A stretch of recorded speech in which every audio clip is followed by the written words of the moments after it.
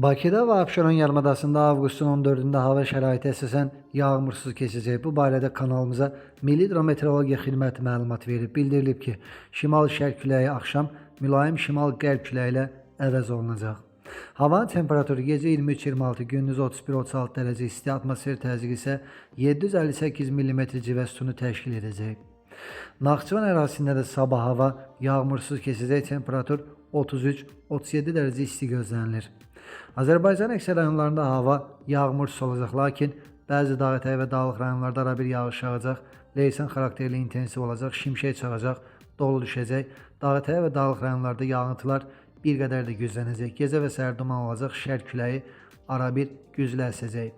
Temperatur gecə 22-26, gündüz 32-36, dağlarda gecə 13-18, gündüz isə 20-25 dərəcə isti gözlənilir.